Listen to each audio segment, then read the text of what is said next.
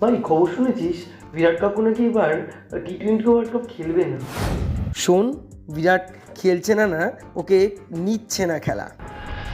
তোরা তো T20 world cup নিয়ে এত কথা বলছিস। আচ্ছা, যদি ইন্ডিয়া জিতে যায় বলতো তাহলে কি লিখবে? India has won the T20 world cup, নাকি India have won the T20 world cup? যখন নাকি কোনো দেশ বা কোনো রাজ্য কোনো একটা পলিটিক্যাল এন্টিটি বা কোনো দেশ হিসেবে রিপ্রেজেন্ট করছে না, একটা ক্রিকেট বা ফুটবল টিম হিসেবে রিপ্রেজেন্ট করছে, তখন ওটাকে প্লুরাল নাম্বার ধরা হয়।